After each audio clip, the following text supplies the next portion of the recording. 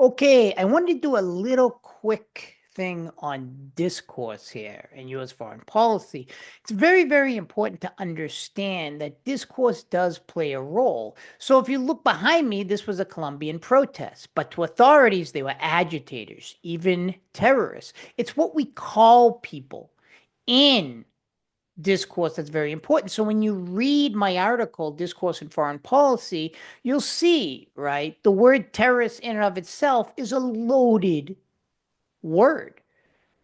If the Brits had beat the United States or had beaten the United States in the Revolutionary War, but they didn't, woohoo, they would have called us terrorists. We would have gone down in history differently with different discourse. However, because we won, woohoo, they're heroes. What's a hero? What's a villain? What's a terrorist? What are agitators? Behind me is very, very important. All you have to do is look at how we deal with migration. A big U.S. foreign policy issue is immigration.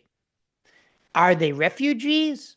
Are they illegals? Then those two words are completely different. If you say the word illegal, then they deserve punishment. If you say the word refugee, someone who's exiled, then they deserve something else.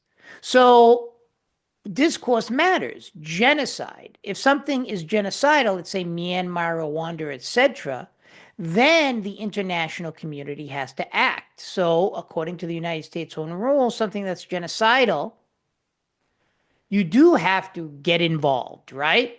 To stop genocide. So you could just change the name. That's what we do often. Like when we were supporting genocide in Guatemala in the 1980s, we just called it, Cold War conflict.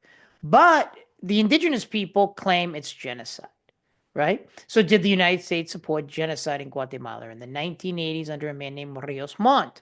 So this is what's very, very important. So you'll all see, we got this from the class you take with me, Dora Maria Tellez, I write about it in the article. Is she a terrorist or is she a hero? She was before a terrorist when she overthrew a U.S.-supported dictator, Somoza, and ended the, 44-year rule of the brutal Somoza dynasty, which we supported. But then when she went against Ortega, she was allowed to come to the United States because we don't like Daniel Ortega in Nicaragua. And then now she lives in an disclosed area because, I mean, she could be attacked by the Orteguistas. So this is very, very important to understand. And it even gets into what just recently happened in Syria.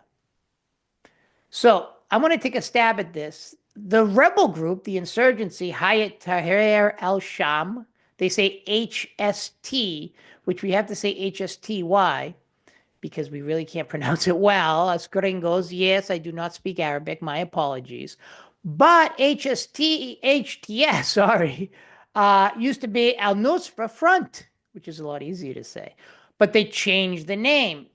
Name changes are very important because al-Nusra Front was on the list of terrorist groups by the United States of America. Now, I'm not saying they just changed their name for that reason, but this matters because now in the battle for alliances, if you take my class on national security, there's a big thing on who wins in the Syrian overthrow. Notice how the United States now wants to make relations with HTS, the former terrorist group Al Nusra. Well, we changed our name, so we're something different. That's for you to decide what we should do from a U.S. policy perspective. But it's very, very important that discourse matters. What is terrorism? What is illegal? Is Russia an aggressor? Or is it defending its sovereignty and its security interests by invading the Ukraine? Everything we do has to do with discourse. We socially construct the world we live in. And that's very important as you read in the Oxford University Press article I wrote, Discourse and Foreign Policy. So I wanted to give a quick thing on that. And all of these examples can pop up anywhere, like a cocktail party or even a quiz and exam. Take care, everybody, and thanks for listening.